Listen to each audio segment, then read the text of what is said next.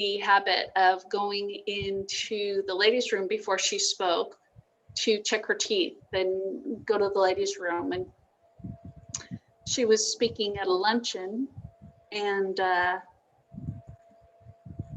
here we go. Oh, I guess you'll never know. She got stuck in the bathroom, couldn't get out. It was better than that, but okay, let's see. You're muted, so unmute yourself, Wendy, and let's see if we can hear you now. Just trying a different place in the house. It looks like a completely dark, so I got to turn on a light. Okay, but we can hear you loud and clear, so that's great. Okay. Go ahead and turn on the light. All right. She's in sync, that's good. Tell her to make sure the light is in front of her.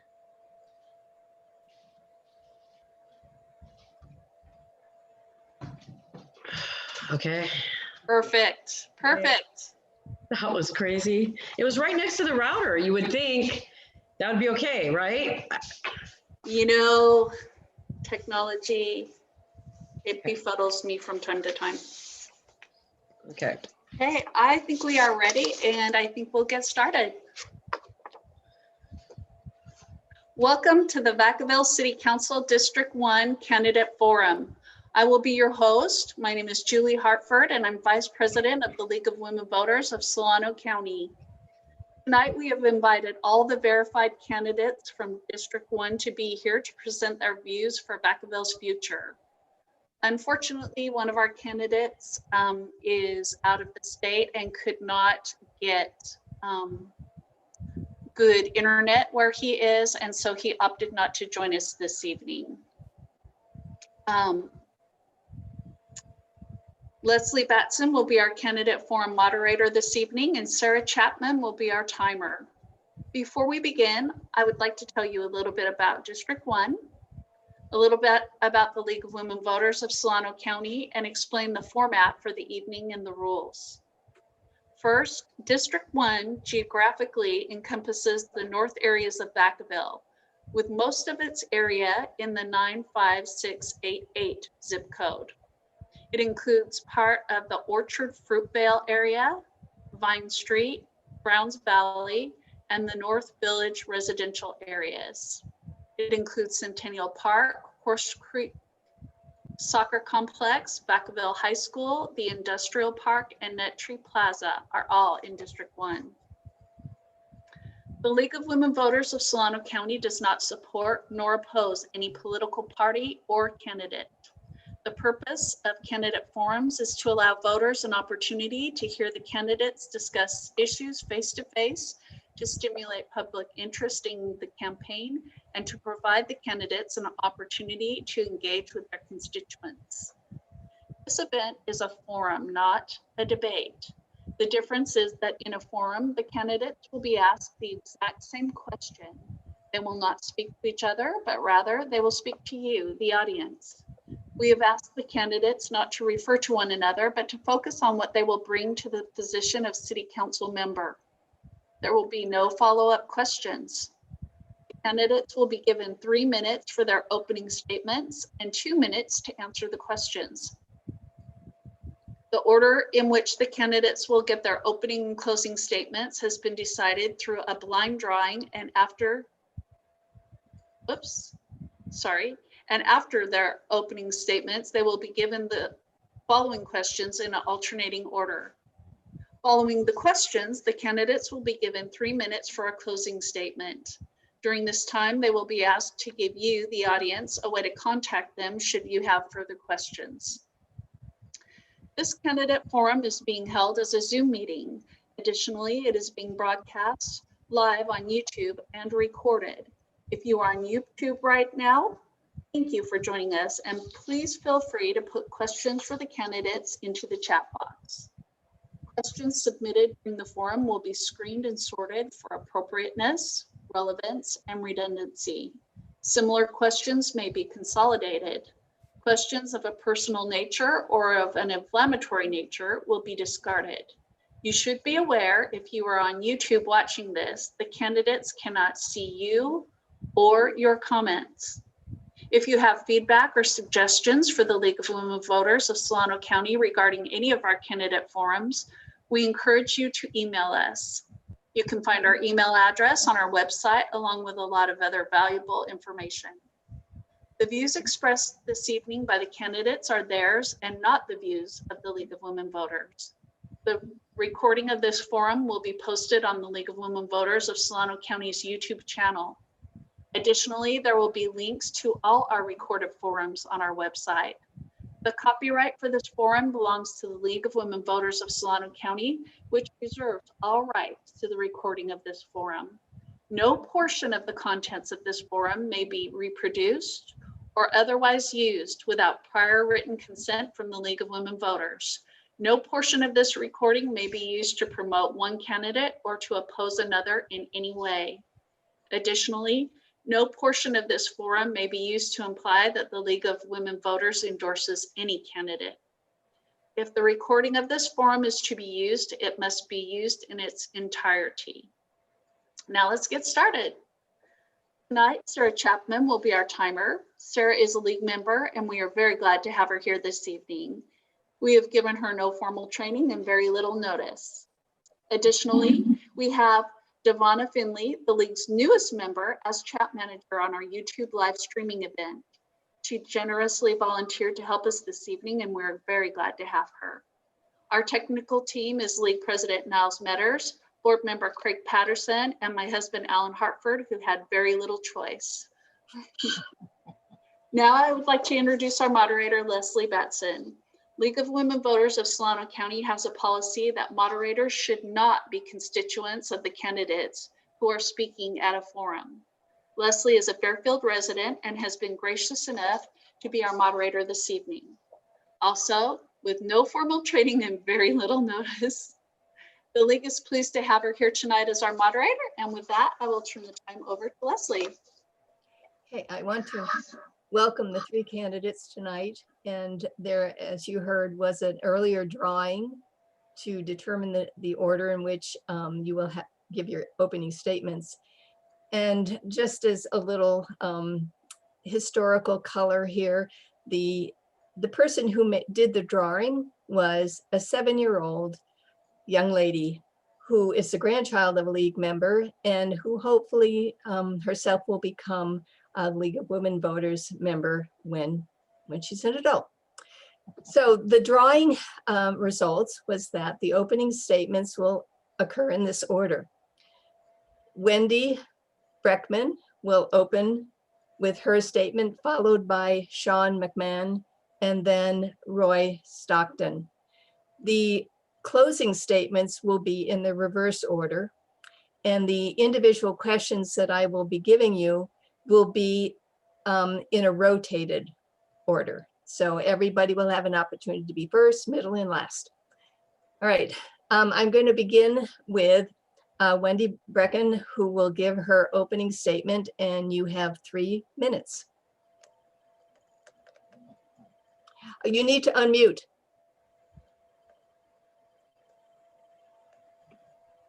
I'm Wendy Brecken, running for District 1. The thing about districts is they're new, and there's a total of 4 candidates running in District 1. And it's a good opportunity for all the different neighborhoods of Vacaville to have their voices heard. Basically, I'm the only woman running, and I'm a mother, grandma, wife, daughter, and just like so many others in Vacaville, I care for people in my family and for my parents and enjoy my grandkids and enjoy helping out. But I decided that it's time to stand up and represent District 1 so we can spotlight residents and local businesses, their needs, rather than kind of kicking the can down the road, which is what's been happening. It's time for a change.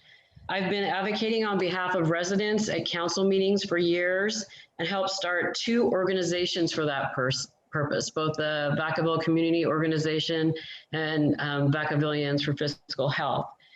We need a more responsive, open, and transparent government that makes decisions with the community and for the purposes of having Vacaville thrive.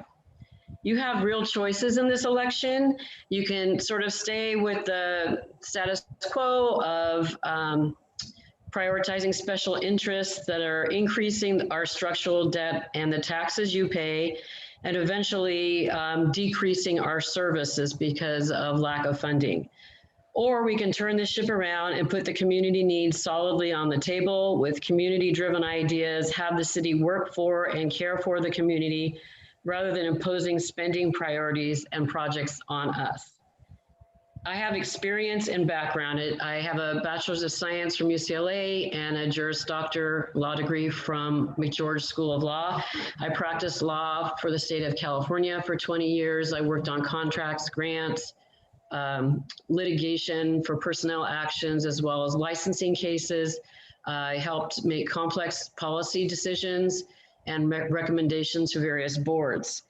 I've spoken with voters on the phone and door to door, and Vacaville is a great place to live. I think we all agree, and people in general love it here, but I'm hearing concerns about traffic due to new development, water pressure issues in the North Orchard area, schools being impacted by new development, and those people in the newer areas are feeling like they're being taxed out of their homes, some of them.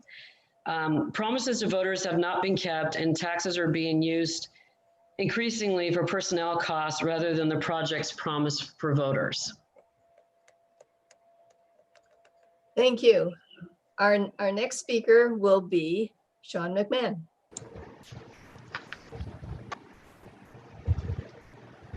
Thank you very much. My name is Sean McMahon, and I am running for Vacaville City Council, District 1.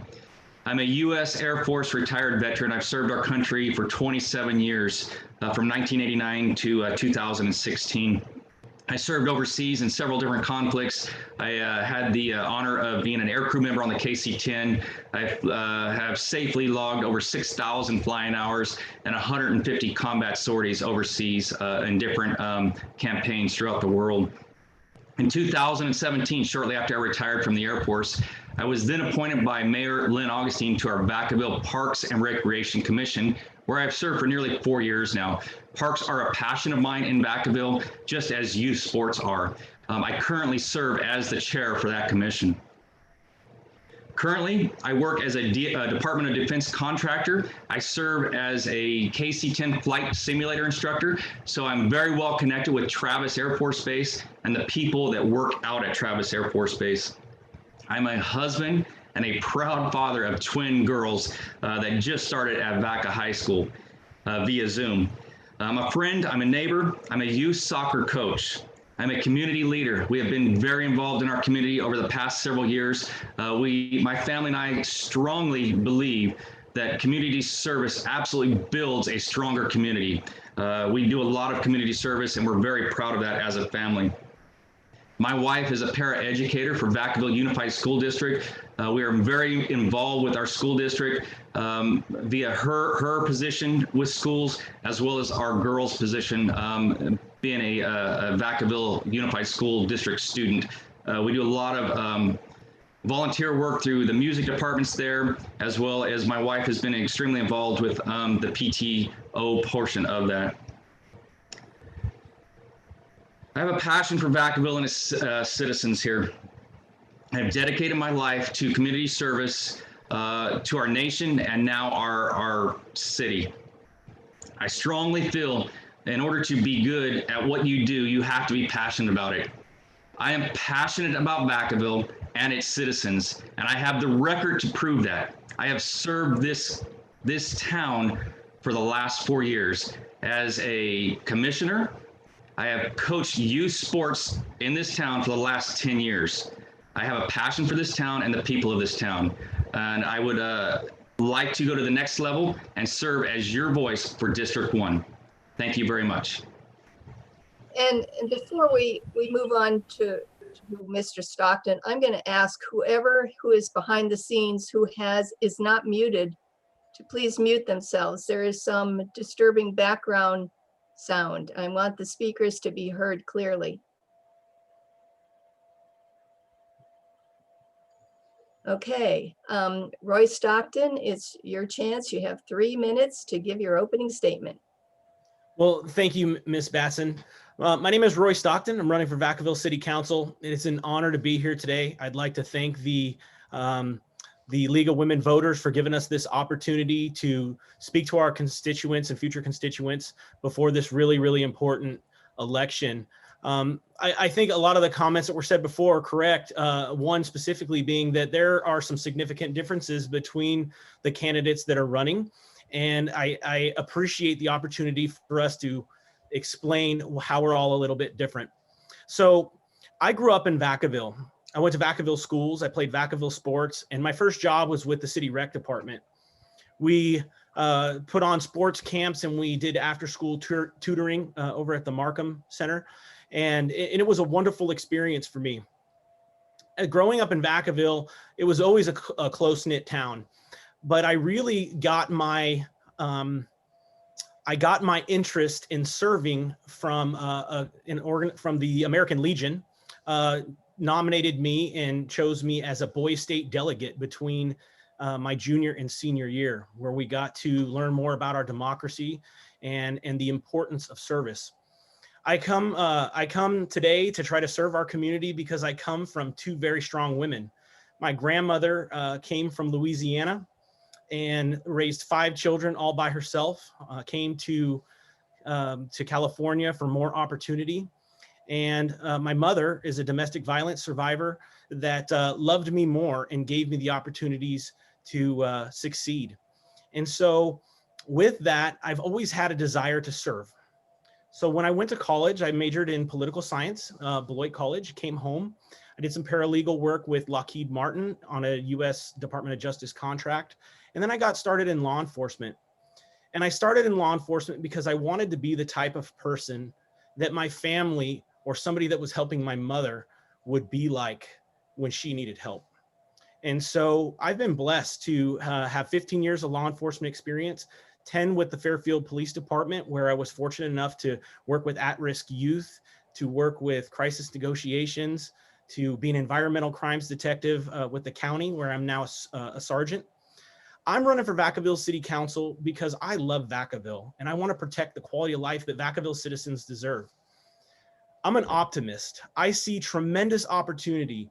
We have been faced with some incredible challenges this year, everything from COVID-19's effect on our businesses and our kids to the recent fires, where our public safety officers and heroes really stepped up, as well as the community, to come together.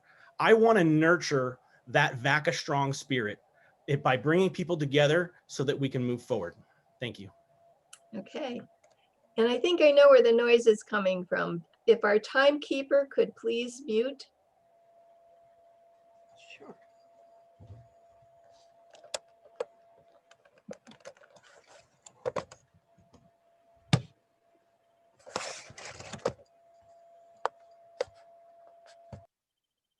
Thank you.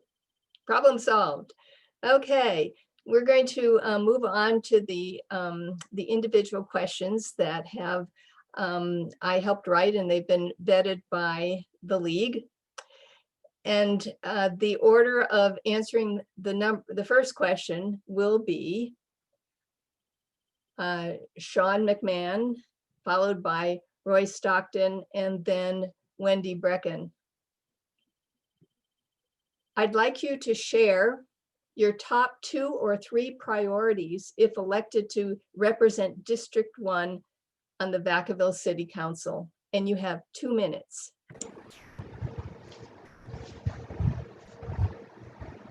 Thank you, Leslie. Top 2 priorities right now. I absolutely, and this isn't just limited to District 1 in Vacaville. It's all of Vacaville, and that's a loss of revenue due to COVID. We have some difficult decisions to make here in the very near future. Whoever has the opportunity to sit on that council is going to be faced with the reality of millions of dollars being lost in revenue. Those are going to be tough decisions, and they're not going to be popular decisions to make. We are going to have to perhaps restructure some departments, as well as, as a last resort, we may have to cut positions or cut programs. I don't want to do that, but if the money's not there, we have to consider all options. One of the areas that I would consider extremely important for District 1. District 1, if you look at the boundaries of District 1, we back up to the beautiful hills of Vacaville. Several months out of the year, they're nice and green, and a majority of the months, they are golden brown. As Mr. Stockton just indicated, we went through one of the worst wildfires in California history just recently. I would strongly encourage a fire abatement program. I know our fire department currently does an outstanding job there, and that was proven during this last fire. I would encourage that whole boundary to be a fire abatement program. We have to protect the town as well as this district. That goes all the way out to Orchard, all the way to North Village.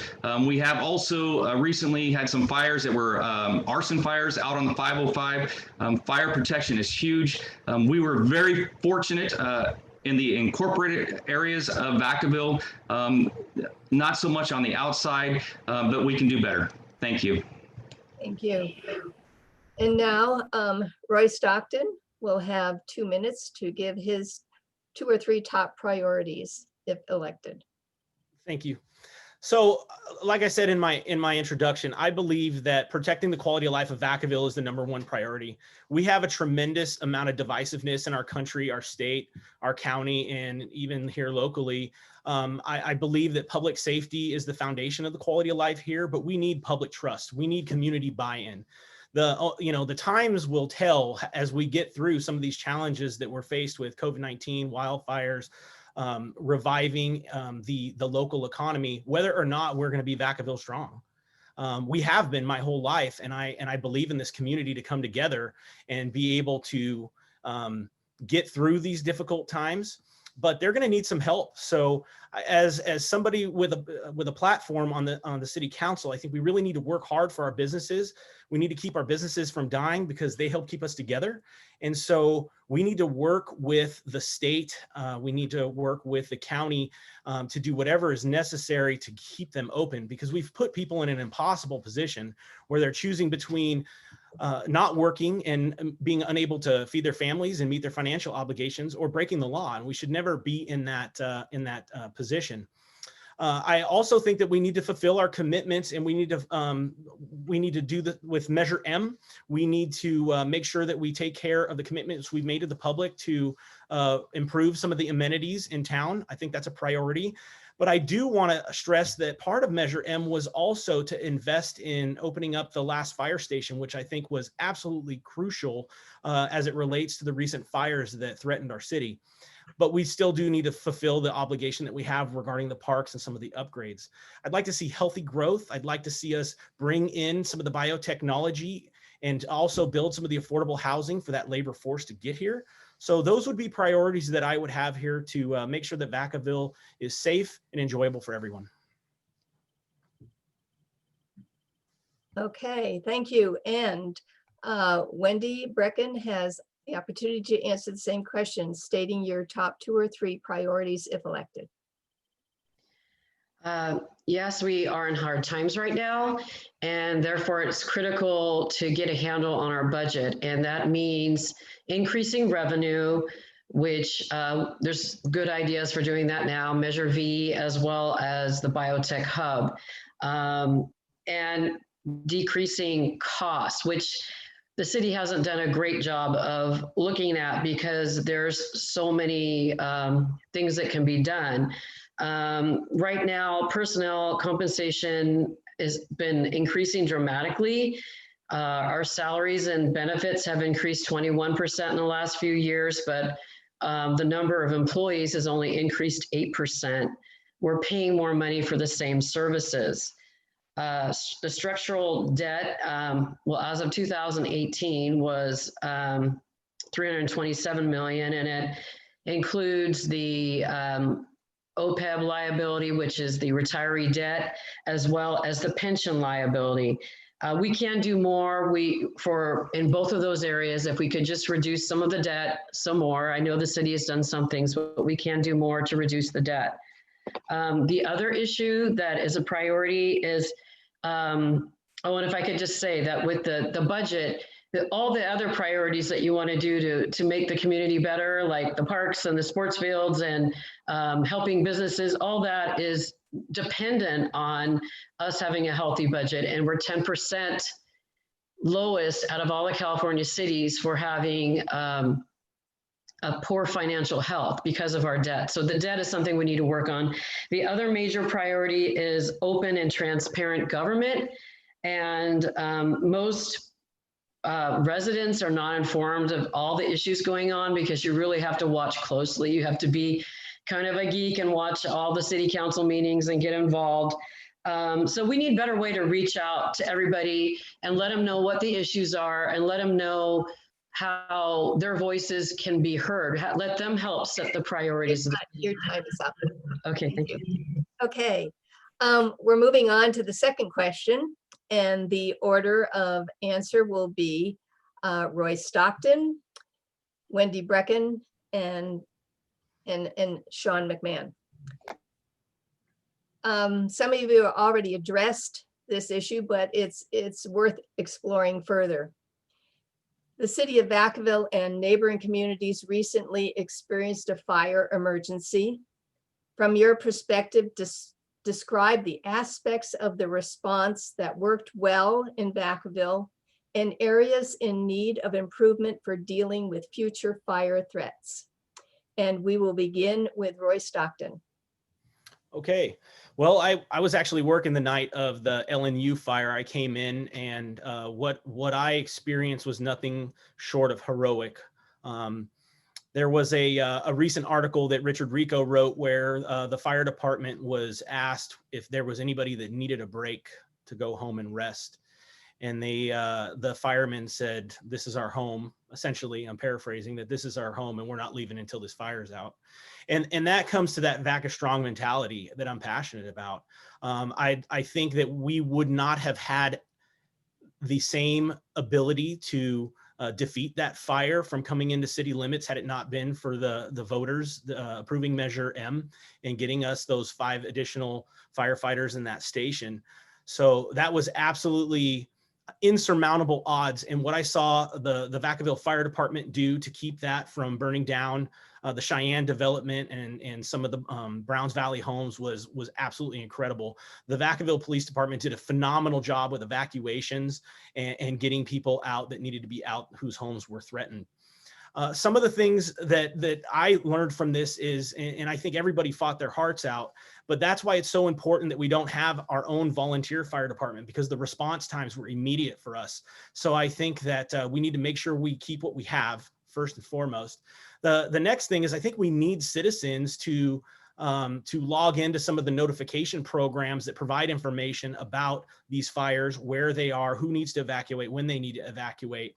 Traffic was certainly a concern, I know, on the south part of town over by the Air Force Base specifically. And so I think we need to look at evacuation routes, learn from what happened with how fast this fire can move and grow, how dynamic it is. But I think that we need to make sure that we maintain a qualified police and fire department to be able to handle these things when they occur. Okay, thank you. And Wendy Brecken, answer the same question of what you experienced, what you observed, and how you think that maybe things could be improved for the next possible fire threat. Okay, any sound you hear is my dog drinking water. So I experienced evacuation, and but I understand that the heroics were there, as Roy just said. We have amazing first responders that were going towards the flames, warning people to get out, and heroically fought the fire. And I think, you know, at that point in time we had, when it would first hit, the resources were so stretched out all over the place because the fire was so huge. We didn't have any air support or anything. So given the lack of support, we did amazing. How we could improve is evacuation routes. I know people in the South Town were like trying to get out of town and it took them like 3 hours. And I've also heard from some neighbors that in the North, that on Vaca Valley, or I think it was Vaca Valley, it was kind of crowded and hard to get out. And one person was saying we can maybe use Allison to get out if we open the gate there in that field on Centennial Park. Not sure, but we can look at evacuation routes. As far as information, yeah, it was hard to get information. You really had to know where to go. I feel like we should have email blasts or something, some Facebook page for emergency that everybody can just go to and immediately know, okay, here's evacuated areas. Oh, we've just, that's just been lifted. We can go back. All those questions, where do we go for the, evacuation, if you don't have family, where do you go? And those things were just confusion. So that could be improved upon. But given, like I say, given the crisis we were in, Vacaville did great. Also, the information officer, I guess you call the public information officer, because I guess we're lacking one, the fire chief was the public information officer. So that was a real strain. We need to have two different people. Thank you. All right. Our Sean McMahon will respond to the same question. Do you need me to repeat it? No, ma'am. Thank you. I've got it. Thank you. I don't know that I'm going to say too much more different than what the other two candidates just stated. I would like to say thank you to all of our public safety personnel out there. This was unfortunately a perfect storm for a fire. As we all went to bed the evening prior, that fire was several miles away. Early that morning, we woke up and we woke up to a different town and a different event. A lot of uncertainty. We didn't know whether to pack up, to leave, to stay. So with all of that said, I think it's imperative that we look at an after action report from this. This was a perfect storm that, we always thought that with these hills and with the wind that we get here in Vacaville, this was possible. Well, we just faced this about a month ago. We have to learn from this and have to be better prepared in the future. I agree, improved communications. We have to make sure that our citizens have a proper way and a known place to go. A lot of us relying upon social media, which isn't always the most reliable information. A common place, a city site, I would strongly encourage Channel 26, our Vacaville station. We do need a public information officer. There isn't one currently, but we do need to have an alternate. We should have been able to tune into that station for the most current information. With limited resources, I will say I'm extremely proud of the city and the firefighters and the police officers, what they did. They saved this city that day and during that time. And they did an outstanding job. Luckily, Mother Nature cooperated a bit that afternoon. The winds were forecasted to be not in our favor. They never multiplied. Thank you to everyone that helped save this city of Vacaville. Thank you. Thank you. All right, we're going to move on to kind of a pressing social issue. And the order of answering will begin with Roy Stockton, followed by Wendy Brecken. Oh, wait a minute. That's what just happened. Okay, it will begin with Wendy Brecken, then Sean McMahon, and then Roy Stockton. Okay, the best laid plans. The issue is homelessness and food insecurity. And there are vital areas of need in Vacaville. And how would you address, as a council person, these difficult issues? And we begin with Wendy Brecken, right? Yes. Thank you. So homelessness, this was a problem before COVID-19, and it's only bound to get worse because we have so many people who've lost jobs and we have businesses that aren't doing very well. So there's also going to be, and I don't know if this moratorium on evictions and foreclosures has ended or not, but when that ends, that could be another root cause of more homelessness. There's also a lack of affordable housing. So some good things that have happened in Vacaville is that the police department has a crew program, and they have a social worker, and they go out to all the places where the homeless are, in the creeks and under the freeways and wherever they are, and helps find them shelter, helps connect them to resources. And most of the homeless are longtime Vacavillians. In addition, we have churches helping out. There's a homeless roundtable, which is sort of where they all get together, the police crew, the council members, church, and try to strategize weekly on how to deal with things.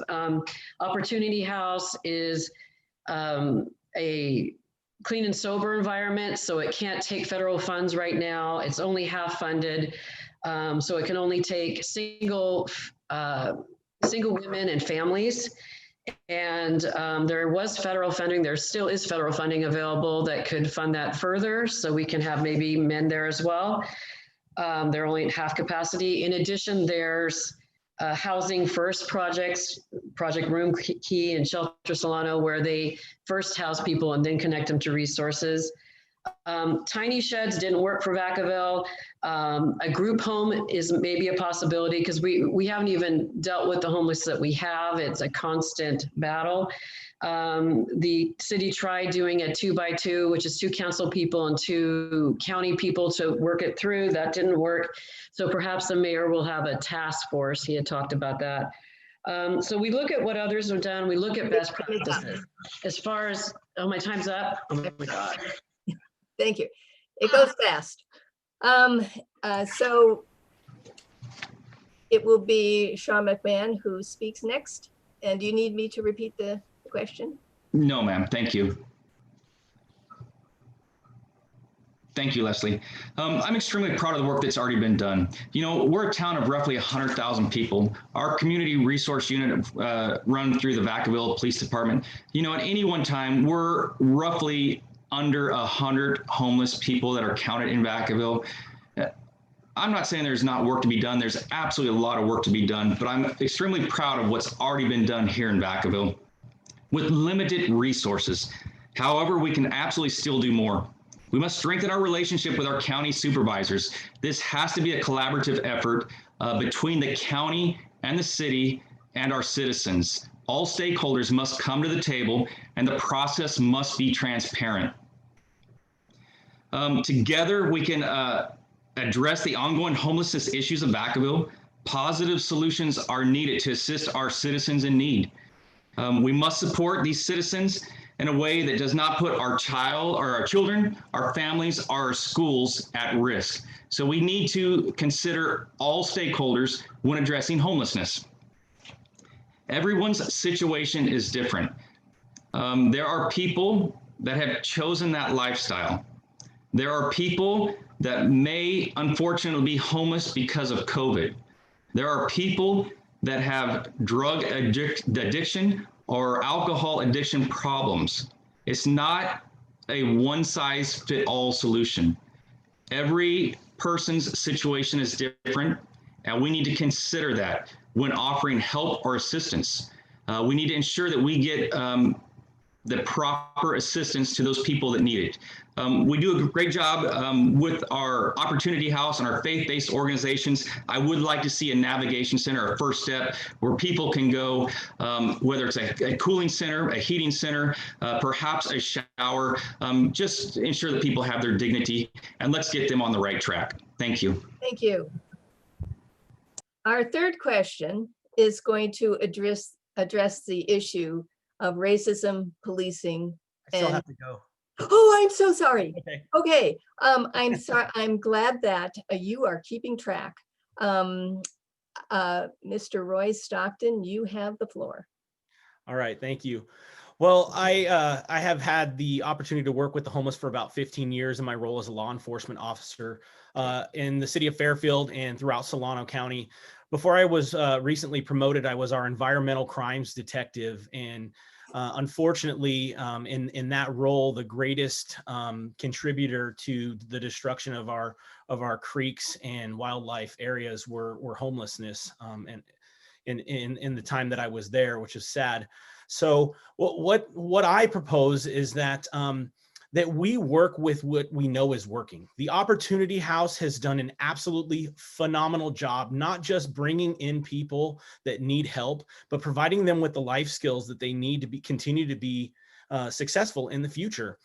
The housing first models with the tough sheds that were first going to be on Brown Street and then later behind North Village where I live, the concerns that I had were that they were going to place these sheds or these housing first models next to growing neighborhoods with families and kids.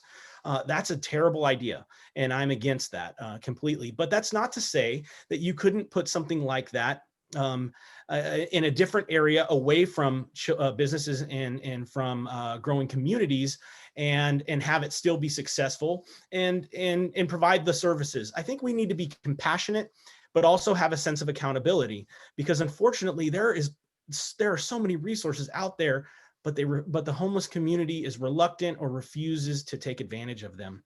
So I would invest in the Opportunity House. I think that the storehouse is great. I think the community-driven solutions that aren't necessarily sponsored completely by the City of Vacaville have been the most successful. And so we need to believe in our community to come together and find their own solutions that are going to solve this issue. This is not going away. Thank you. And again, my apologies. And if That's okay. I step on anyone else's toes, please speak up. Okay, I've already given the heads up that the next topic is no less controversial, and that is racism, policing, and diversity in the community of Vacaville.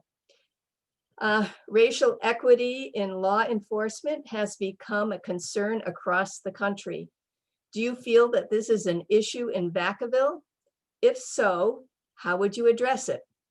How would you work to bring diverse groups together to build a more united Vacaville? And we will begin with Sean McMahon. Thank you, Sean McMahon, District 1. Unfortunately, racism does exist in this nation, and it does exist in Vacaville. That's just the facts. We have all seen it on the news. We've seen it here in our own town. It is time for action. It is absolutely time for action. We have heard the voices, and we have to address that. We are better than that here in Vacaville, and we have to address that. With all of that said, with policing, I will say this: the law requires compliance by all citizens, all of us. It requires compliance with our police officers. Nobody is above the law. Nobody is below the law. So it's time for everyone to meet in the middle and to come up with positive solutions on how we move forward. Perhaps that may require bringing in an independent auditor to audit our department to see if we do have discrepancies in our police department. I support that. I want to eliminate racism in our town. But again, I think it takes everybody to do that, all sides. I think it's time to come to the table to bring our community leaders, as well as our elected officials, our police department, their families, come to the table. Let's talk. Let's come up with programs that work for everybody. Nobody should feel unsafe in this town, regardless of your gender, your color, your race, your religion. Everyone should feel safe in Vacaville. And together we can build a united Vacaville. We are one Vacaville. Thank you. Thank you. And our next responder will be Mr. Roy Stockton. Do you want me to repeat the question? Sure. Okay. Racial equity in law enforcement has become a concern across the country. Do you feel this is an issue in Vacaville? If so, how would you address it? How would you work to bring diverse groups together to build a more united Vacaville? You have 2 minutes. Okay, thank you. So racism is absolutely an issue in every community throughout the country right now. I think that there's a lack of public trust between the African-American community and communities of color with our police. And I think it's something that all good police departments are striving to fix. I think one of the things that is important to me is that we involve the community, that we listen to the community at the beginning. So I know that there's been calls for citizen oversight when it comes to our police department. And I think that's kind of looking at it the wrong way. I don't want bad cops to work for the Vacaville Police Department. And I think a way to do that is to include citizens and people from the diverse group of our community to be involved at the beginning. So I personally think that as a leader in this community, you need to step up and publicly denounce acts of hate immediately and unequivocally. If we ever want to have an equitable society, we must acknowledge that there are inequities in our country and in our state, in our county, and in our community at the beginning, and then stand up and try to help everyone get to a point where there's an equality of outcome. So I personally am honored that I'm endorsed by our police and fire department here in town, but also by great leaders in the African-American community like Jonathan George, who does a lot of work with the Black Chamber of Commerce and the Tri-City NAACP. We need to have leaders that are willing to have uncomfortable conversations about the status of our city if we want to move forward. And there's a lot of divisiveness in society right now, whether it's political parties. It's just like, it's not about left, it's not about right, it's about moving forward. And the only way you can move forward is if we're together. And so investing in our community and denouncing this stuff has to be a priority. Thank you. And Wendy Brecken will have her opportunity to answer the question. Do you need me to repeat it? I don't think so. No, thanks. I mean, I agree that everyone has biases and they have experiences, and that shapes how they feel. But I personally have not experienced any racism. However, I'm white. I hear at the council meetings and at the especially at the council meetings that there have been a number of incidents.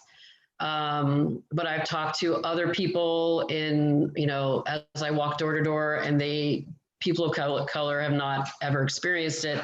So yeah, whether there's a few bad apples at the police department here or not, I'm not sure, because the way I look at things, because of my background, is, where there's smoke, maybe there's fire, but we need, as somebody else said, maybe some independent, either third-party consultant or some maybe task force to take a look at the complaints and hear from both sides and decide what is going on. I mean, there's probably, my guess is, things happening on both sides as far as, well, let's just say that there can be more that can be done on both sides. I think a mediator would be helpful.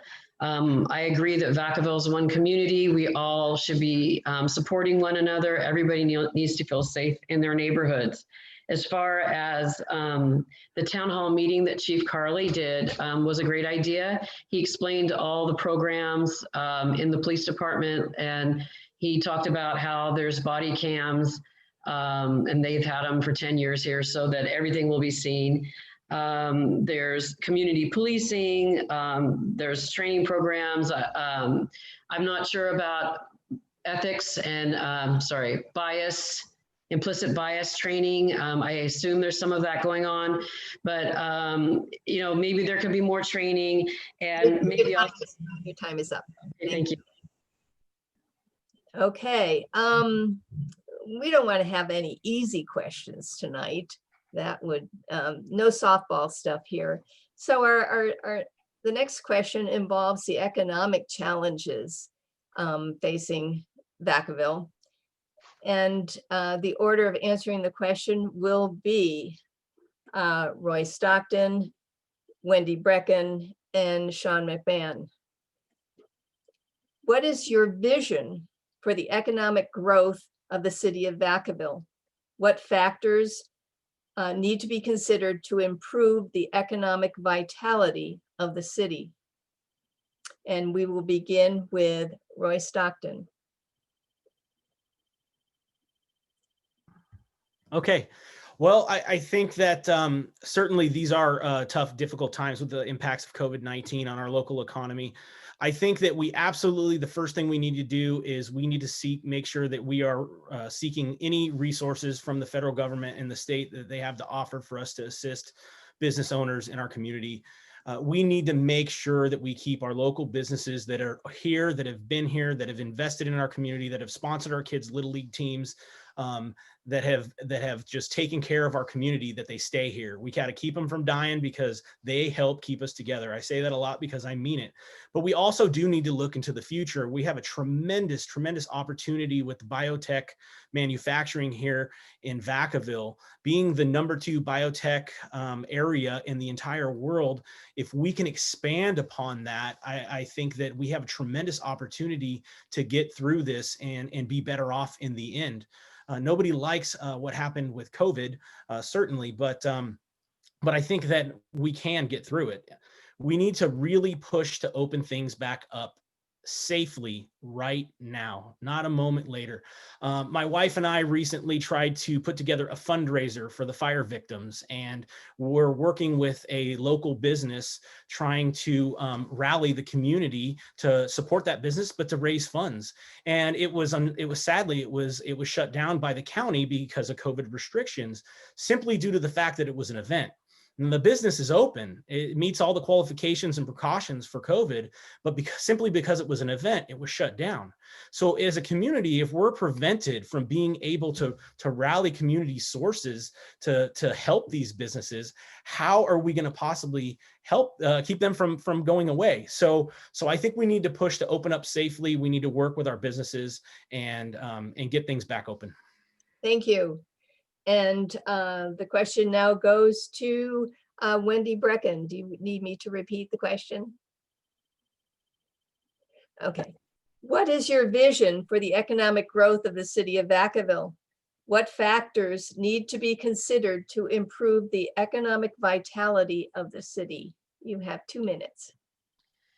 So especially with COVID, the economic vitality of our city has decreased.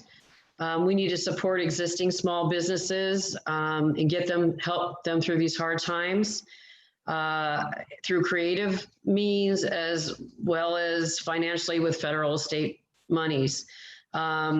We are a bedroom community, essentially. 50% of us commute out of the city, and it would be just wonderful if we can have our economic vitality improve, for example, through the biotech hub, where we're encouraging the big biotech businesses to maybe manufacture medication or what have you. So we have the Solano County College program with the Bachelor of Science program, and we could just walk them right into jobs here. One of the things that's keeping businesses from coming here is red tape, and we could pre-zone areas so that they don't have to get a planning permit and maybe just have to get a building permit, and look for other ways to cut tape. For example, looking for, fees, other ways of innovating. There also, affordable housing is an issue for workers to come here. We need to have affordable housing, and the high taxes in the new development is also an issue that's just beginning to be discussed. So we have workforce development. We need to prep our students for jobs here, and we have to invest in infrastructure, meaning revitalize downtown and the biotech hub, and just in general be friendly to business so that we can have good paying jobs here and keep our people here and not having to have them commute. Thank you. Thank you. And Sean McMahon, you have the floor. Do you need me to repeat the question? I'm sorry, Leslie, if you would repeat the question, please, ma'am. I will. Thank you. What is your vision for the economic growth of the city of Vacaville? What factors need to be considered to improve the economic vitality of the city? Okay, thank you very much. I appreciate that. We've all said it. It's biotech, biomanufacturing, and other large corporations we need to invite and attract to Vacaville. When I say this, they're not jobs. I want careers in Vacaville. I want high-paying careers that offer benefits and pensions for our citizens of Vacaville. What that does is keep our citizens here. They no longer have to commute to the Bay Area or Sacramento. It keeps that money here in Vacaville, whether it's a lunch crowd, a dinner crowd, a happy hour crowd, a shopping crowd. It keeps that money here in Vacaville. Extremely important. I will also say this. The Vacaville Chamber of Commerce endorsed one candidate for District 1. That's Sean McMahon, because of my commitment to business and especially small business here in Vacaville. Vacaville business is made up of 95% small business in Vacaville. Very important that we shop local, we dine local. These businesses are barely surviving right now. It is up to us. As Mr. Stockton said, these are businesses that have sponsored sport teams and Little League soccer teams for several years. We owe it to them. They will not survive without us. We have to continue to support them. We have to continue to order takeout. We have to continue to shop with them. Let's build a strong economy to ensure Vacaville remains fiscally sound. We have to keep that money flowing in order to just ensure that we remain fiscally sound here in Vacaville. I appreciate it. Thank you. Okay. Something I was not aware of, but I've just been notified that according to the league rules, the mention of individual endorsements is not permitted during this forum. So henceforth, we'll rein that in. Okay. We're going to move from the larger economy to the more specific city budget. And I'm going to have two questions on the city budget, since anyone elected to the council is going to have great oversight and power of what actually appears in the budget, what's added, what's subtracted. The question is, considering so many community needs, but finite resources, what would be your top budget priorities? And we will begin with Wendy Brecken, followed by Sean McMahon, and then Roy Stockton. So Wendy, you have 2 minutes. Top budget priorities would be looking at basically dealing with the budget. Right now, Measure M funds will be used for the reserve within 5 years. We're deficit spending.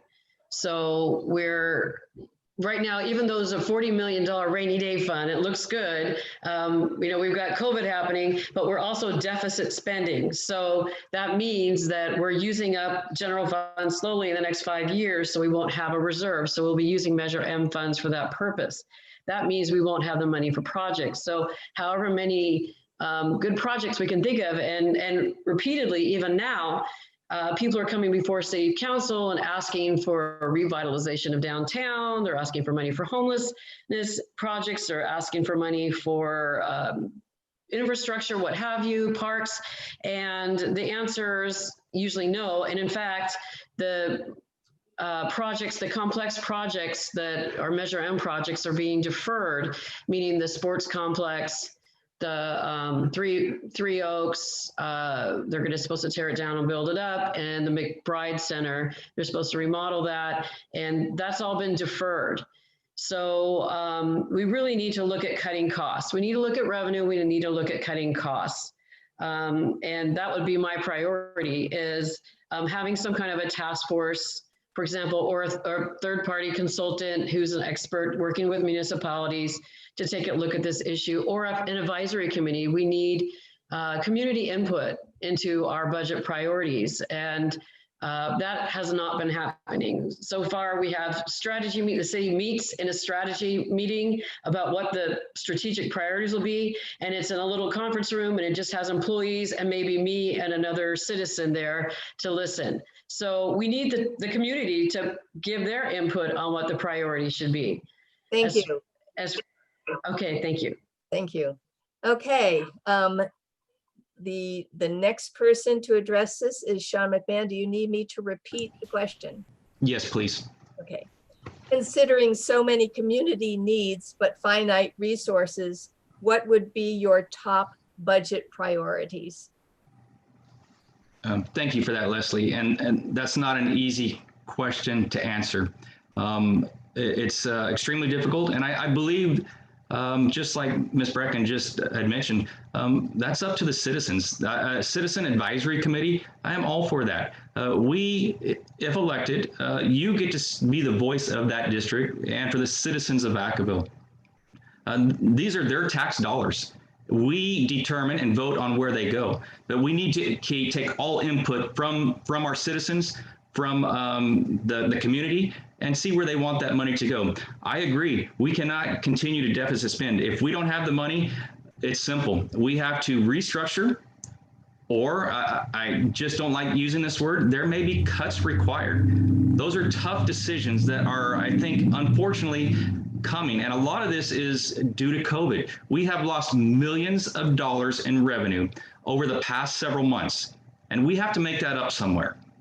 We're gonna have to get creative. We're gonna have to rely upon our city staff. Our city staff does an amazing job. They are the experts there. They give us the information that we need in order to make those decisions. I will also agree, bringing in a third party, an outside group to assist with that, I am all for that.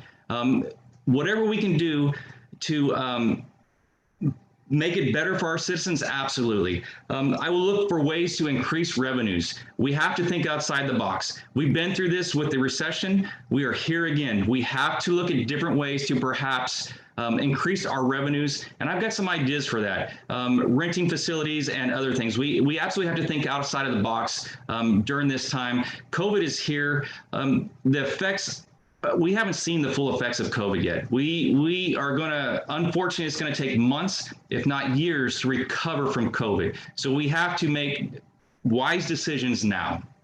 Thank you. And our final speaker on this issue will be Roy Stockton. Do you need me to repeat it? No, I think I got it. So I think we are very well likely to have some very difficult decisions before us for the folks that are elected in this election. I think that the people are the most important, and we talk a lot. I hear a lot of talk about like deficit spending, and yes, if you look at the general fund, we are deficit spending, but some of the positions that are paid for in the general fund that Measure M is coming from actually were part of that Measure M. And so the addition of the police officers and firefighters that contributed to that, I understand some of that money going toward that goal. So I think we have reserves for a reason. We need to absolutely maximize the effect of what we can use those funds for to keep our city services, to make sure that we're supporting our business community in town, and that we keep our community moving forward. So it is going to take a lot of innovation. Whether or not the worst of COVID is yet to come does not change the importance that we need to find safe ways to open. We cannot let the businesses stay closed and the employees not working any longer, or they will be gone forever. Legacy businesses that I grew up with will not be here anymore if we just make people sit at home. And put them in that impossible position where they're choosing whether or not to break the law to feed their family, or follow the law and sit at home and do without. We can't have that. And so I think we need to be innovative. I think we need to listen to our community, be accountable to our constituents, available to our constituents to determine the things that are most important to them. And part of that is by having maybe some citizen committees that come together and help us make some of those decisions. That's okay as well. But every city staff member is a person with a family, and we need to try to maintain our city staff at all costs. Thank you. And some of you have already alluded to the issue that's in the next budget related question, and you can expand upon your answer or focus on the second part of the question. And the order of answering the question will be Sean McMahon, Roy Stockton, and Wendy Brecken. Two factors further complicate future decisions. Please address the potential shortfall due to lost revenues and increased costs related to the pandemic. Please also address the unfunded employee pension obligation. And we will begin with Sean McMahon. You have 2 minutes to solve the budget. I absolutely apologize. You broke up there a bit on me. Can you repeat that one more time, Leslie? I apologize. Absolutely. Thank you. Two factors further complicate future budget decisions. Please address the potential budget shortfall due to lost revenues and increased costs related to the pandemic. Please also address the unfunded employee pension obligation. Well, thank you for that. And I think we have addressed it a few times. The loss of revenue. It is a factor, and unfortunately, I just don't think that we've seen the full effects of that yet. And I'm going to say it again. There are tough decisions to be made in the future for this next council. We will have to look at all options. Will be on the table. If it's restructuring to operate more efficiently, then that's what we have to do. And again, I don't want to cut anybody. I absolutely don't. Like Mr. Stock said, there are families out there that rely upon that, and we're not looking to do that. But again, these are difficult decisions that this next council is going to have to face. It is the reality of it. Talking about unfunded liabilities, which seems to be a big topic. It's an issue. Here is where I stand on that. A promise made is a promise kept. If you have earned that benefit, then we have to do our absolutely best to honor that. Moving forward, we have to change. And we have changed. We have made changes in the right direction. There is a benefit trust that is currently got $40 million or so in it. It has decreased that medical benefit, but moving forward, more has to be done. We have to continue that effort, and that program is going to have to change. There are a lot of different programs out there that can be offered that are very competitive. We have to be competitive to keep the best employees here in Vacaville. So I am all for looking at those. I think we have to work with our labor groups, and we have to come to a common agreement, and we have to do it in the best interest of Vacaville and its citizens. Thank you. Thank you.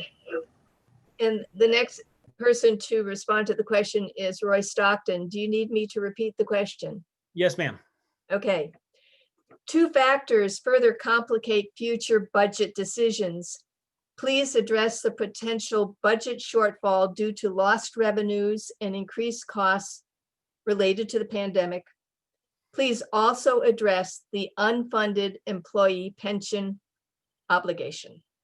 Okay, so the reserves are reserves for a reason. We need to maximize the effect of the reserves that we currently have. $40 million. Hopefully we can push that long enough to where we can see some sort of economic recovery. Only time will tell. The unfunded pensions, those aren't all going to happen overnight. We're current on making our payments to address the pensions that we owe our city staff members when they retire, and we're current on that. There's a trust that has been set up that has raised, I believe it's around $30 million toward the $78 million in unfunded liability as a result of their medical benefits at retirement. And so we are doing things to be responsible to try to fix something that started in the mid to late 70s. So I think we need to continue those things, but we also need to continue to work with our labor bargaining groups. I mean, we just recently got a third tier of PEPRA employees to help with this pension problem that everyone has seen coming. Unfortunately, these folks in this third tier are going to work longer, pay more, and get less in the end. That's the reality of it. But the folks that are signing up to do these jobs are aware of that when they sign up now. And so we're keeping our commitment to the people that are in the other two tiers while also honoring the new agreement with any future employees. Which leads me to the next thing. I don't want to lay people off. I cringe at the thought of folks that serve our community are going to be homeless or displaced. I think that we need to, through natural attrition, we may not fill some spots that naturally occur through retirements and whatnot, but we must be really careful because we want to recruit and retain the very best city staff members as possible because they contribute to the quality of life that we enjoy in Vacaville. Thank you. And Wendy Brecken will be next up to answer the question. Do you need me to repeat the question? No, thanks. Okay. Okay, so the discussion is about lost revenue due to the pandemic. And as Sean McManus said, we don't know the result of that. The director of finance has said that he's pretty optimistic about COVID. He thinks that we're doing pretty good budget-wise. Retail is not as significant as a component of the budget as other areas. We're getting good revenue in on property taxes, for example. So I really don't think right now COVID is an issue for the budget. It may be, especially if we lose more businesses. The unfunded pension was the question. And I think there's been some confusion because pension means pension. It doesn't mean retiree healthcare costs. So there's two different unfunded liabilities. There's retiree healthcare, and that has an 80 million unfunded liability, or 78 maybe now. And then there's pensions. And pensions has to do with the safety pension, and that is only 63% funded. So we have 63 cents on the dollar owed to people in safety retirement. That is not good. That is not good. Some economists say that when it goes down to 60%, it's a point of no return. So that's not good. Miscellaneous employees is better, it's at 68%, but we also have what's called PARS, which is a supplemental pension that some of these employees have, and it's only 34% funded. I mean, not good. So what we've chosen to do as a city is shore up retiree healthcare costs, which are not required under the law. We stuck $40 million into a retiree healthcare trust that's irrevocable. We can't get it back. Only could spend it on that. Yet we have no money to fund pensions. So I'm not sure why we're not shoring up pensions, because I don't want to go bankrupt. I don't think the city should go bankrupt. I think what we should do is shore up pensions and do alternate realities or reasonable alternatives for healthcare. Thank you. Your time is up. Okay, you guys survived. And so I'm going to kind of throw you some easy ones at the end. And I think I'm only going to give you a minute for this next question. And the order of answering it will be Roy Stockton, Wendy Brecken, and Sean McMahon. Cannabis dispensaries are a potential but controversial revenue source.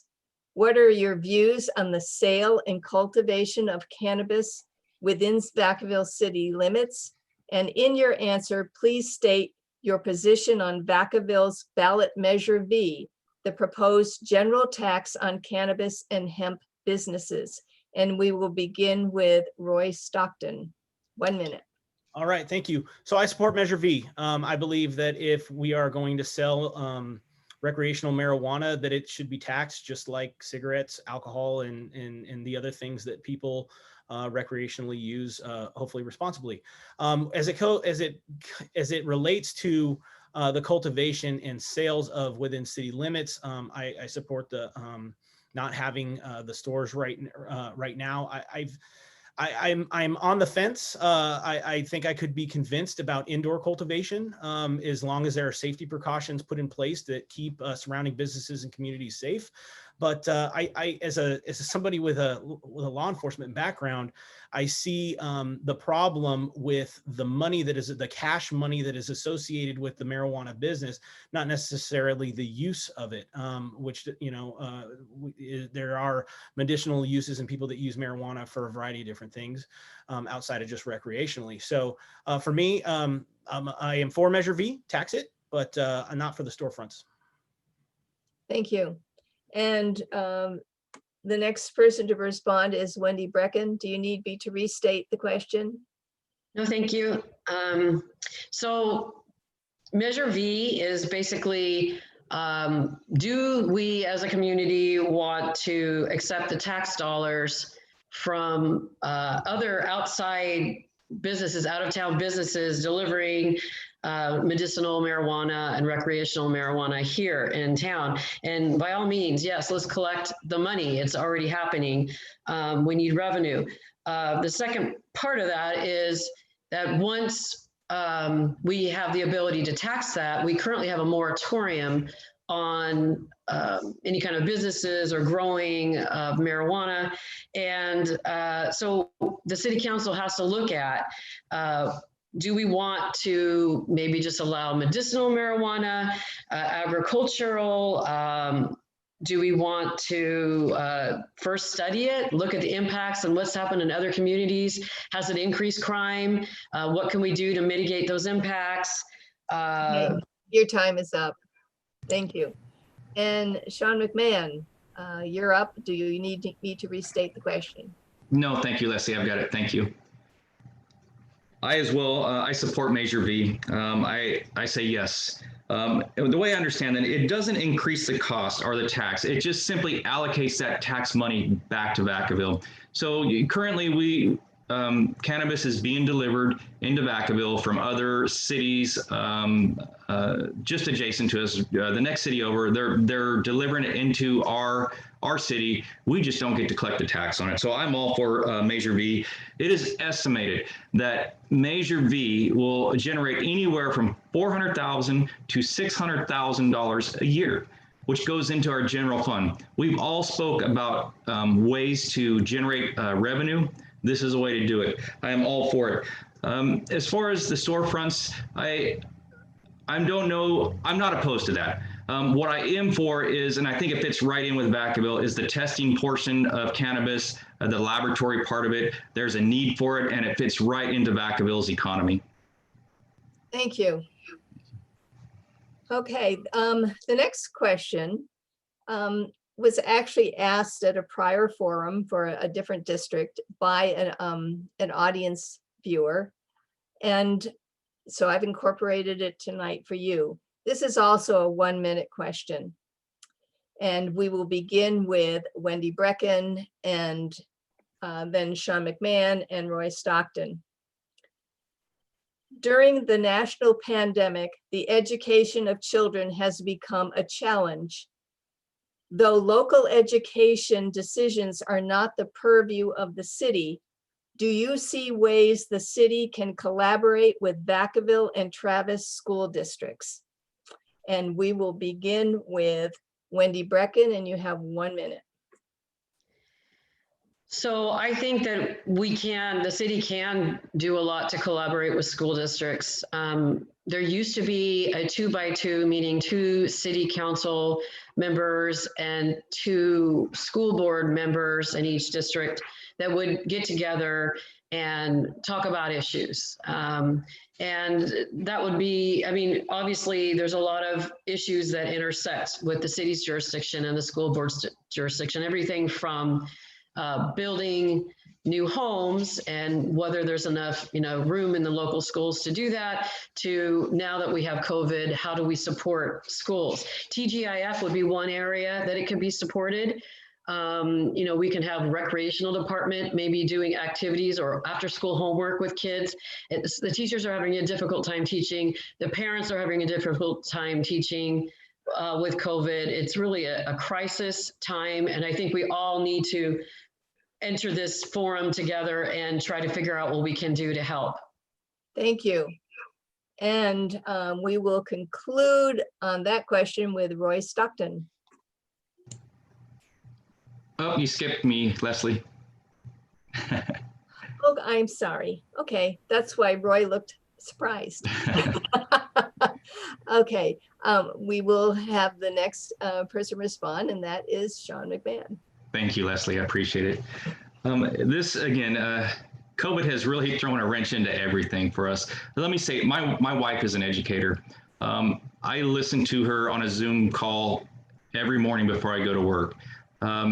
our teachers have done an amazing job in an incredibly difficult situation. Our teachers have, our parents have, and our students have. I have two young girls that recently started high school via Zoom. They would much rather be in school. Just like it's time to open our businesses, I think it is time to safely get our kids back in school. There are a lot of reasons for that, mentally, physically, and socially. It is affecting every one of us differently. Our young people need that interaction. I will also say this, I agree, TGIF, I know that the Parks and Recreation Department just recently put out PE in the park. There is a partnership there with the school district, and it's going to take all of us to get through this. If this is the way we're going to continue on, we need to partner and keep moving forward. Thank you. And now we will hear from Mr. Roy Stockton. Yes, ma'am. So I think that we could work with the school district when we negotiate with developers, certainly, to try to get schools on this side of town so that we don't have to drive our kids to school at other places that are much farther. The other thing that I think we could do to support the schools is we talk a lot about celebrating our diversity here. We sign proclamations and we do some things like that, but we actually don't really have anything other than Fiesta Days. So, in February when we have when we celebrate Martin Luther King Day, why don't we have something where we can nominate a student or from the African-American community to read the I Have a Dream speech. I mean, we can get really creative with ideas of way that we can work with the schools and try to celebrate the diversity that we have here. I agree that we also need to safely open up our schools, but I think that if we are worried about COVID and there are people that have immunocompromised family members at home, we've seen from the teachers that they're able to adapt and still continue to provide the Zoom services as well. So I think that there are a lot of opportunities for us to work with the school district to help the citizens. Thank you. And we have some time, and there have been no questions submitted from the YouTube audience. And so I'm going to give you each an opportunity to tell me what question you wish you had been asked, and then give your answer. And I'll give you 2 minutes. And we will begin with Sean McMahon, then Roy Stockton, and then Wendy Brecken. Thank you, Leslie. That's a great question and kind of put on the spot to go first. So I'm going to give it a shot here. One of the things that I'm extremely proud of, and I'm extremely proud of my family, is our community service to this town. We have been extremely involved through youth sports, through the Parks and Recreation Department, through community cleanup days with different organizations. I currently serve as a senior vice commander for our Veterans of Foreign War. We ensure that our veterans' needs are taken care of, as well as basically the community. That's what the VFW does. So yeah, I would appreciate a question about community service because I think it's important. Community service absolutely builds a stronger community. There's a sense of pride in your community when you have actually went out there and cleaned up that park. There's a sense of pride in that. There's a sense of pride in maybe cleaning graffiti that's out there. So yeah, again, I just appreciate community service. I admire people that volunteer their time, and I'm extremely proud of this town because it is extremely giving and caring, and we all witnessed that during the last disaster we had with the fire. Community members came out of the woodwork to offer a hand and a hug to their brothers and their sisters and their friends and their neighbors. So it's, in the worst of times, it brings out the best of people. And that happened here recently. And I would sure like to continue that moving forward. We are a great town. And it has great people in this town, and I'm extremely proud of the citizens of Vacaville. So thank you. Thank you. And Roy Stockton.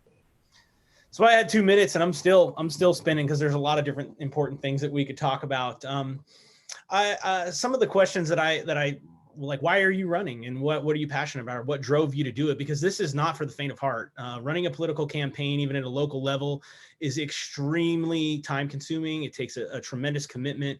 Most of us that have made this decision have done so at the with our families, the effect that it's had on our families and our kids and our jobs, if we're still working too. It takes a tremendous amount of commitment to do something like this. And so knowing the why is kind of a super important thing. I believe that we need to protect the quality of life in Vacaville. I think that there are a lot of things that contribute to this Vaca strong mentality that we seem to have, this passion that no matter what the world throws at us, we can overcome it. We can bring people together. We can find solutions to pretty much anything that our community is facing, whether it's wildfires, COVID-19, civil unrest, or racism. I think that we have a tremendous opportunity during this election to appoint people that are accountable for a certain geographical area.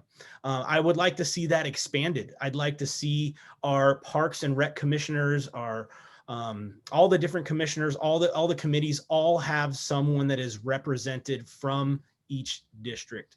I think that it builds public trust.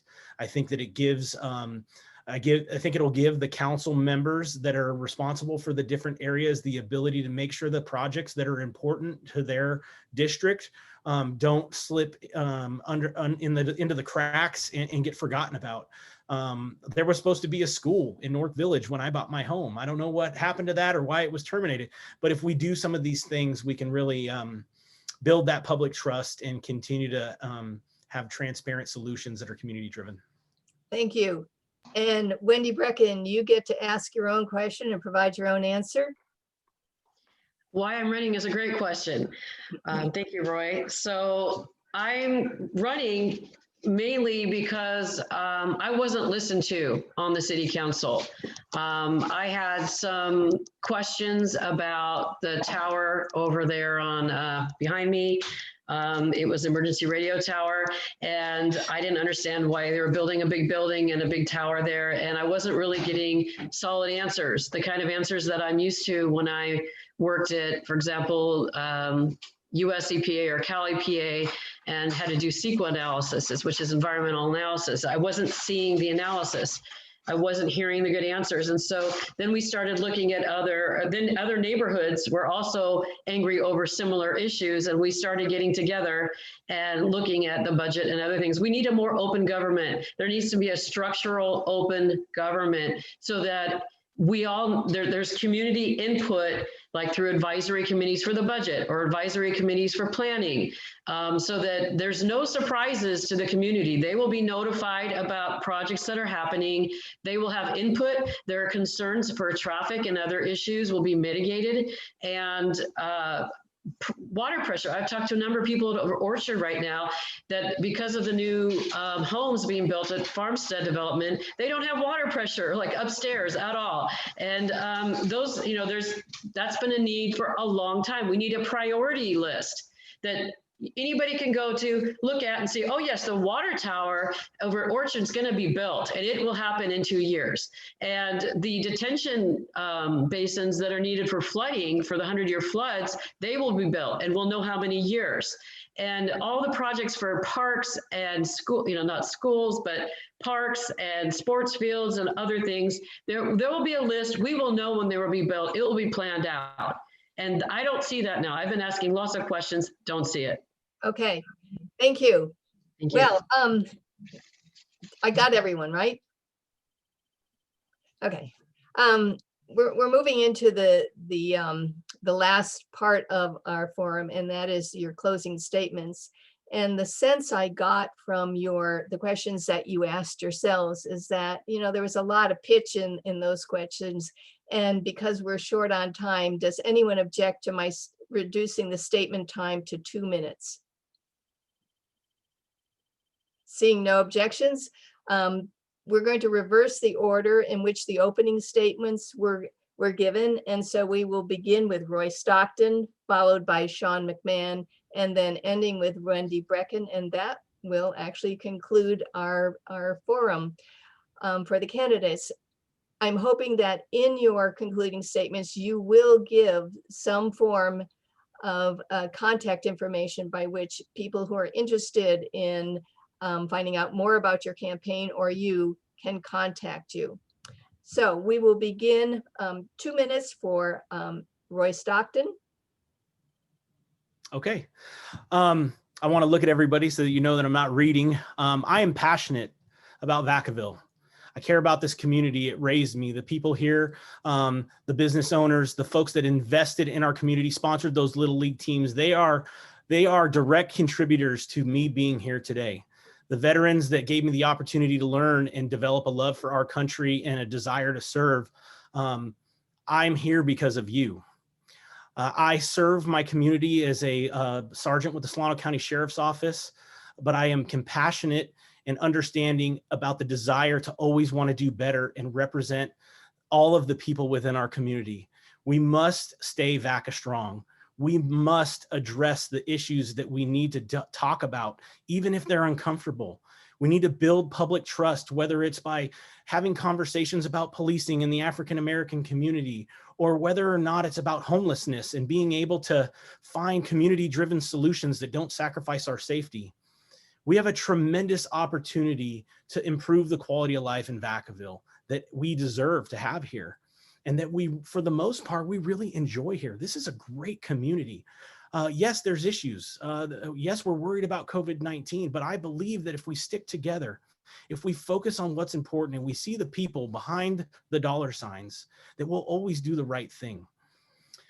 My family decided after I got out of college that we were going to settle here in Vacaville. We came here because my grandmother lived here, and I look back at the powerful women in my life that got me here. So I want to thank the League of Women Voters for giving us this opportunity to address these very important issues in our community, to speak to people about why we believe we're the best person for this very, very important job, because we are very different. We're all good people. I will say, Sean McMahon, Wendy, you're good people. And so am I. Our heart is always in the right place. So we're a little different. Figure out who we are. And you can do that by going to our website. My website is roystockton.com. There's information about me and my platform there, but you're also free to call me on the phone, 707-689-7405. Let's have real conversations for Vacaville. Thank you. And we now will go to Sean McMahon, and don't forget to include your contact info. Thank you, Leslie.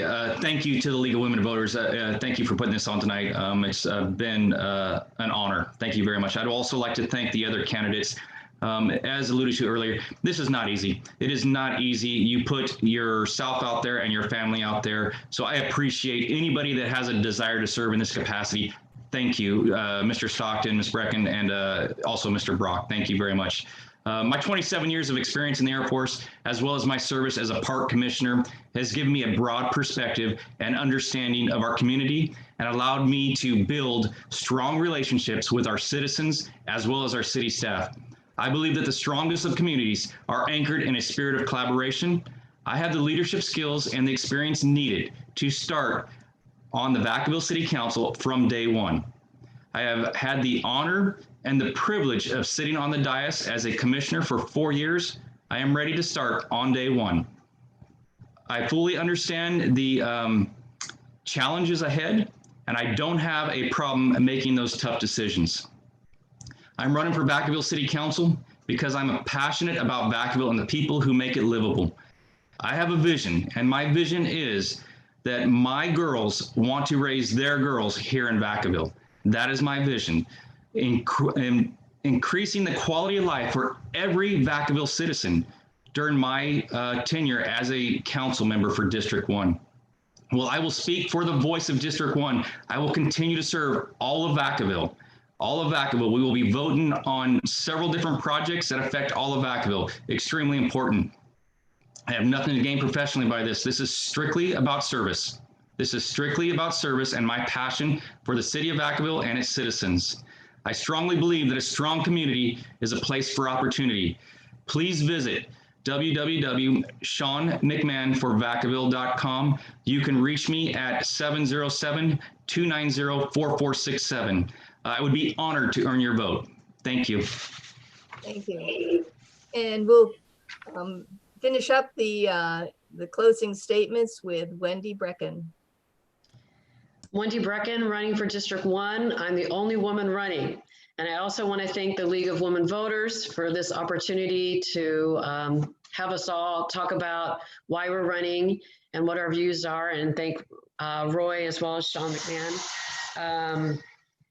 And basically, I want to build communities. I want to, our neighborhood should be communities, and it's really working well in the older neighborhoods and the newer neighborhoods. It's been more like building housing tracts, and we really need to catch up with the infrastructure. We need to have the walking paths, the parks, the schools nearby. People are suffering from it. There's insufficient, sports fields. They need to go out of town to play sports. So it's a nonpartisan position. I'm supported from people from both sides, from Democrats, from Republicans, from independents. I have the support of former and current council members, as well as former city manager and other commissioners. People see that there needs to be a change. We need to not be wedded to special interests. We need to not be thinking about giving favors to people of any kind. I feel like what we need to be doing is just taking a look at the facts, just look to see what is the best thing for Vacaville. How can we get back on track with our budget so that we are a pretty wealthy community, actually. We have good revenue coming in. So we just need to do some little tweaking and figure out how to get us back on track. I've been shouting for years about the structural deficit, and I think it's fixable. There's some easy solutions, and it's without significant harm or impact to the employees. I agree, we need to retain employees. They're what's keeping Vacaville going. They're the responders. Okay, if you can conclude and give your contact information. Okay, www.wendybrecken.com, and my phone number is 707-416-1719. I've been talking to people. Thank you very much. Thank you. And I want to thank all the candidates tonight. You were very patient with all of my little hiccups in terms of order of speaking, and I appreciate your going with the flow.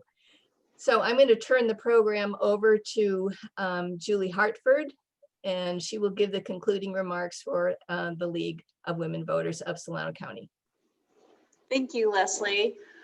On behalf of the League of Women Voters of Solano County, I would like to thank the candidates for taking the time to be here this evening. We would encourage you in the audience to reach out to the candidates if you do have more questions. Running for office is difficult, and I admire anyone who would be willing to run and who would be willing to serve their community by being an elected official. We appreciate your gracious donation of your time this evening. You've come here to inform the electorate, and we do believe in the League that this is a very, very important thing you are doing. Thank you to the audience and the League members who have submitted questions for this forum. We do apologize. We had a question come in during the closing statements that we won't be able to address, but you have all given contact information, and I hope that you do get contacted. Also, I would like to apologize to the moderator and the candidates. In the rules, it did not state that you could not bring up endorsements, and I was unaware that that was a rule. So I take that as a lack of knowledge on my part, and I do apologize. A virtual event like this takes a lot of planning and a lot of people behind the scenes. I would like to thank Niles Metters, League of Women Voters President, Craig Patterson, Sandy Corey, Danielle Kreider, Gail Vaughn, Rami Muth, Sarah Chapman, our timer, Devonna Finley, our chat manager, and Leslie Batson, our moderator of this forum. I would like to remind our viewers that the recording of this forum will be posted on the League of Women Voters of Solano County's YouTube channel. Additionally, there will be a link on our website. Please visit our website and feel free to shoot us an email with any feedback on this forum that we might find useful for our future forums. The copyright for this forum belongs to the League of Women Voters of Solano County, which reserves all rights to the recording of this forum. No portion of the contents of this forum may be reproduced or otherwise used without prior written consent from the League of Women Voters. No portion of this recording may be used to promote one candidate or oppose another in any way. Additionally, no portion of this forum can be used to imply that the League of Women Voters endorses any candidate. If the recording of this forum is to be used, it must be used in its entirety. Thank you for watching and have a great evening. Thank you all. This was really great. Thank you, everyone. Have a great evening. Thank you, everyone, for the opportunity.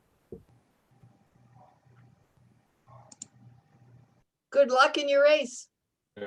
I don't get to vote. Me neither.